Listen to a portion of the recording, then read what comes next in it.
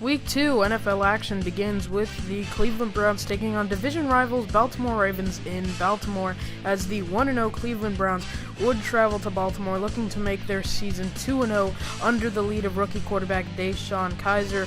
Let's take you first quarter, first drive for the Ravens. On one of the first plays of the game, Joe Flacco taking the snap on the play action, throws right over to Mike Wallace. Mike Wallace would have had a big day, probably one of the biggest reasons to the outcome of the game, and the very next play, a touchdown to Benjamin Watson, the tight end, who also got busy, 8 receptions for 79 yards on the day.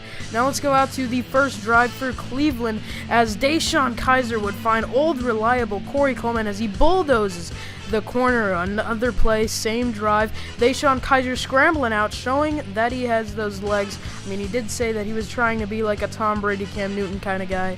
And then here we go on the attempt of the touchdown. DeShone Kizer is going to get outside and scamper in for the touchdown, 7-7. Now we'll take you over to the second quarter as the Ravens looking to get something started, as Joe Flacco finds Max Williams. This would be his only catch of the day, but it would set up for another Ravens touchdown, as here we go. One of the very next plays, Joe Flacco throws over to Nick Boyle, and he gets the touchdown. So a lot of tight end action through the first half for the Ravens, but now back out on offense is DeShone Kizer. He's going to look to find Sammy Coates, who says, "I'll just coast right on by," as Sammy Coates toasting everybody out there to the end zone. Touchdown, Cleveland. However, there would be a missed extra point, so the Browns don't tie it up on the ensuing kickoff. Just to add insult to injury, you give it to Mike Wallace, and you might as well say goodbye. Mike Wallace, this would be the beginning of the end for the Browns, as Mike Wallace would take it all the way back to the house for the touchdown on that kickoff. Even the Browns tackling themselves, knowing that they're not going to catch up to him.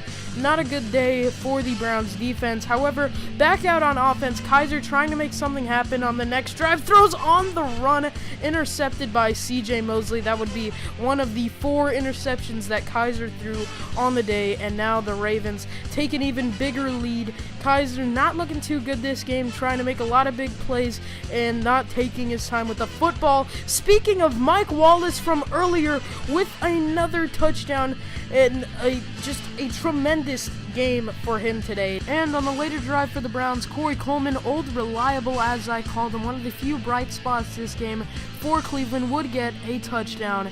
And that would be all essentially that she wrote. The Browns just trying to pad some fantasy stats, and that would be essentially it. And Jabril Peppers, man, just such an unlucky game. Here, he receives the kickoff after a field goal by the Ravens, and he just fumbles it, giving it back to the Ravens.